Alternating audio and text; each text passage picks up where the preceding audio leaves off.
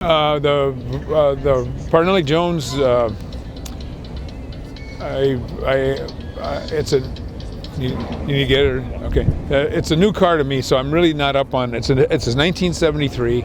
He qualified 8th at Indianapolis, and Al Unser drove it, and it didn't do too well. I think in the first 50 laps, it burned a piston or something like that, and finished 22nd or 28th, something like that, and. They campaigned it that year. It was called the Super Team.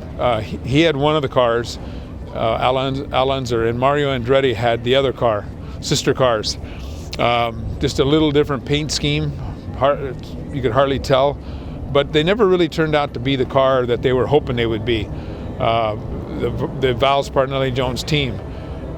They had a lot of aero problems, and as it turns out, they actually, during the course of the 73 season, they actually shortened that chassis 3 inches, as I found out.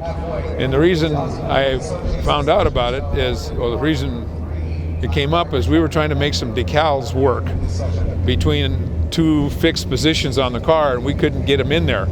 So we started looking around the chassis of the car and compared it with some pictures, actual pictures, qualifying pictures at Indianapolis, and it turns out that they had shortened it, and they did that to make the frame more rigid because the drivers are complaining the reason they weren't going fast enough is the chassis was flexing.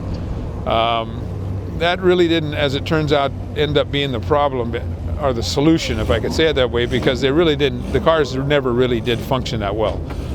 So I think it was just a total engineering situation and wrong aero or something at the time. And then I also checked with Parnelli Jones's right-hand man, Jim Delameter, who still works for Parnelli. He's been with him for years, and I happened to bump into him about possibly a month and a half ago. And I said, Jim, tell me about when you guys shortened the chassis on that thing. And he looked at me like, well, what do you know about that? And then he told me the whole story, that they had 4 cars, shortened 3 of them. And basically, I think they ran another car. I could be wrong about this, but I think they ran basically a whole different car in 70 the next year. These just didn't turn out to be the car they were. Obviously, it's got the great Viceroy trim on it. And, you know, Al Unser drove it, and, you know, so it gets a lot of ink from that standpoint, and one of the few cars that Val's Parnelli Jones made, so I'm thrilled to have it. We're going to run it today here, and it's probably the first time in years that the car's even been on the track. So I'm excited about that. It's got a turbocharged Offenhauser. I'm excited about that. That's the only one that I have. And I'm just looking forward to getting it out on the track and showing it off to people. That's what this whole thing's about, bringing these old cars out and sharing them with all these people that come to the racetrack, the real diehard racing people. They'll be here today. So.